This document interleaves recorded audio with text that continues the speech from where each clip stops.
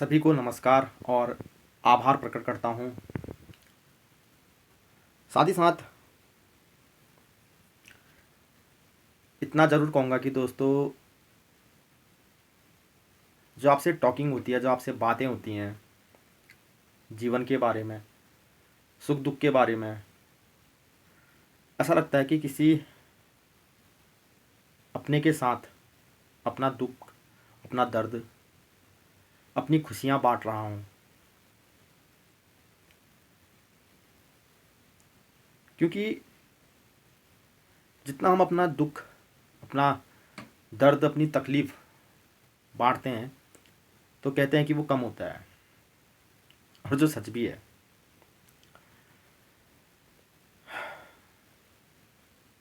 तो मिलते हैं काफ़ी अपने भाई लोग, पूछते हैं भाई तुम इतना खुश कैसे रहते हो, और इतने जो विचार हैं आपके मन में ये आते कहाँ से हैं, कुछ इस बारे में बताओ। क्योंकि अभी की भाग दौड़ भरी जो लाइफ है, जो ज़िंदगी है इंसान की, हर कोई स्ट्रेस में है। हर कोई पैसे के पीछे तो भाग रहा है, लेकिन उस पैसे को पाने के बाद भी उसकी इच्छाएं एक स्टेप और आगे बढ़ जाती हैं। तो मेरा ये मानना है दोस्तों, क्योंकि आपकी रिक्वेस्ट थी इसलिए मैं ये वीडियो शूट कर रहा हूँ। तो मेरा ये मानना है दोस्तों कि अगर आप सक्सेस हो भी जाते हैं तो मन का सुकून, मन की खुशी वो प्राप्त क्यों नहीं होती है। तो उस विषय में मैं इतना ही कहना चाहूँगा दोस्तों कि देखिए, ईश्वर ने ना मनुष्य के हृदय में राम और रावण दोनों ही समाहित कर रखे हैं। जरूरत पड़ने पे इंसान रावण भी बन सकता है, और नहीं तो राम बने ही रहना अच्छा है। मेरा ये पर्सनली मानना है। देखिए, दुख, दर्द, तकलीफ़ तो हर किसी की जीवन में आते जाते रहते हैं। क्योंकि अगर सिर्फ सुख ही सुख मिलेगा तो दुख का मज़ा कैसे ले पाएगा इंसान, उसका भी तो अपना मज़ा है।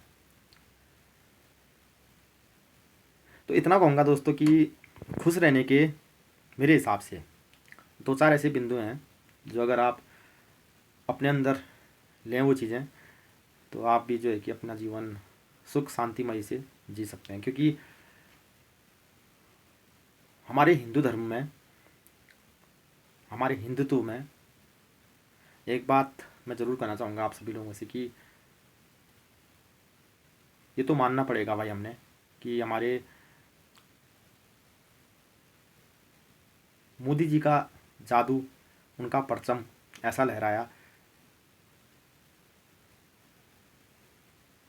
कि आज हर एक हिंदू ने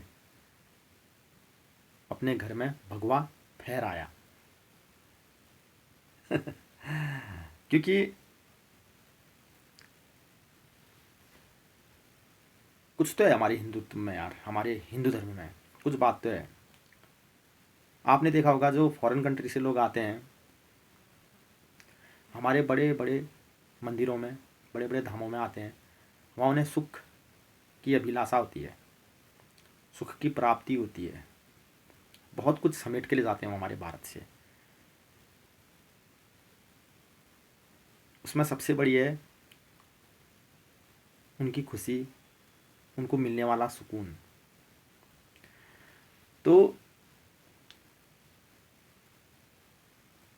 जब भी अगर आपके जीवन में कष्ट हों, आपके दुश्मन हजार हों, आप हर जगह से नाकामयाब हों, आप हर जगह से पीड़ा उठा रहे हों, तो आपने एक ही काम करना है, खुद को समय के साथ छोड़ देना है। मैं बताता हूँ कैसे, फिर इसके बाद टॉपिक चालू करता हूँ, ठीक है।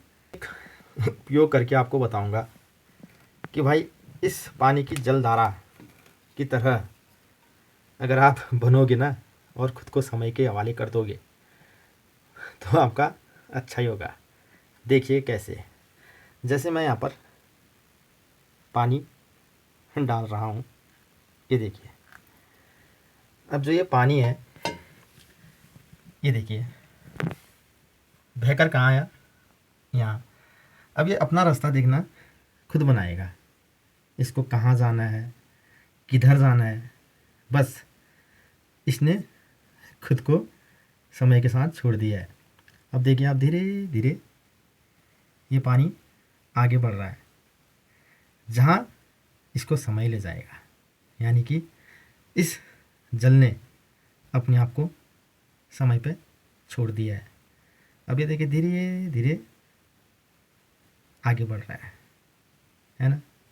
जबकि ये सपाट ज़मीन है फिर भी अपना रास्ता बना रहा है। देखिए धीरे धीरे आगे बढ़ रहा है ना, रोक नहीं रहा है खुद को, अपना रास्ता खुद बना रहा है। ये देखिए ये देखिए देखिए देखिए है ना। तो ठीक इसी जल की तरह आपने गौर किया होगा, ढलान में जब पानी बहता है ना तो हम सोचते हैं कि यार ये सीधा सीधा ही जाएगा, है ना। लेकिन जहाँ उसका मन होता है, जहाँ उसको समय ले जाता है, वो अपना रास्ता काटते हुए खुद समय के हिसाब से बस बहता रहता है। और जहाँ पर लहर ख़त्म, वहाँ पर वो ज़मीन में समाहित हो जाता है। तो वैसा ही हमारा जीवन भी है दोस्तों, इसी पानी की लहर की तरह। देखिए एक बात तो सच है कि मृत्यु सच है, इसे कोई नहीं टाल सकता। ज़रूरत है इस सर्कल को महसूस करने की, इस गोलाकार ज़िंदगी को महसूस करने की, कि जन्म से लेकर मृत्यु तक जो सफ़र तय किया इंसान ने, उसमें बस हमेशा रोता रहा, हमेशा कहा दुख है दुख है दुख है दुख है दुख है, बल्कि सुख है फिर भी दुख है। कार है, बाइक है, बंगला है, सब कुछ है, फिर भी दुख है, खुशी नहीं है, सुकून नहीं है। तो जब हमें ये महसूस होता है कि पीड़ा है, दुख है, दर्द है, ज़िंदगी में गम है, परेशानियां हैं, तो खुद को समय के हिसाब से छोड़ दो और मदमस्त होके इसी जलधारा की तरह बहते रहो। जहाँ ज़िंदगी ख़त्म, जिस तरीके से जलधारा ज़मीन पे समाहित हो जाती है, वैसे इंसान का भी वही होता है भाई। आखिर में राखी बन जाता है, उस राख को भी पानी में बहा दिया जाता है ना।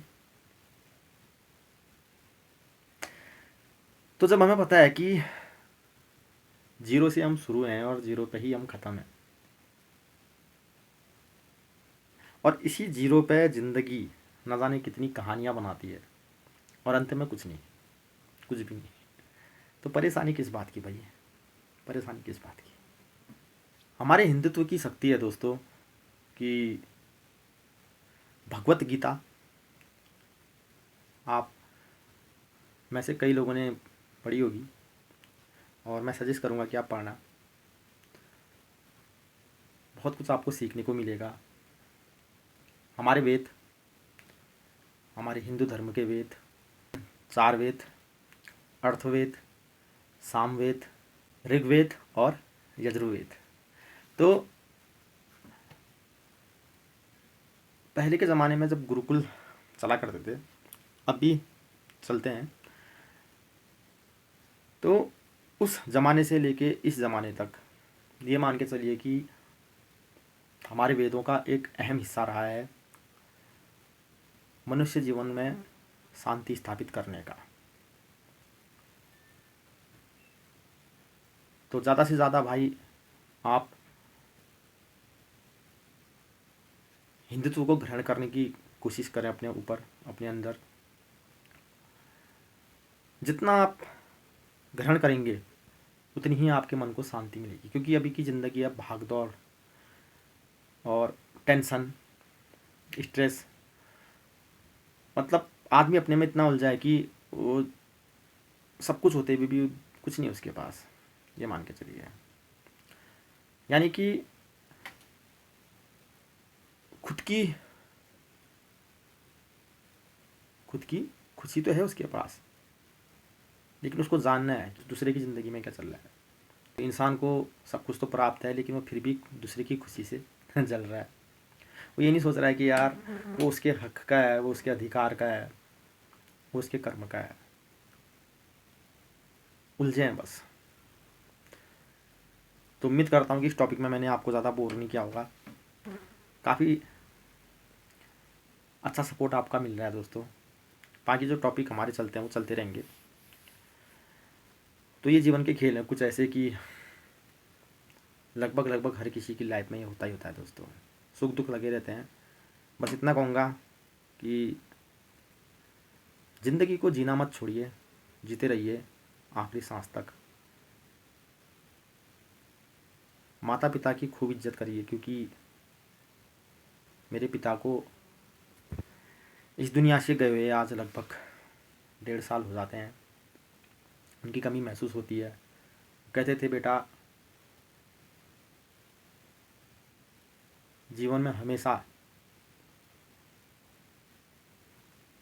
एक चीज़ याद रखना, दूसरे का बुरा मत चाहना, दूसरे का बुरा मत करना। वो सच कहते थे। लेकिन जो तेरे लिए बुरा करेगा, बस।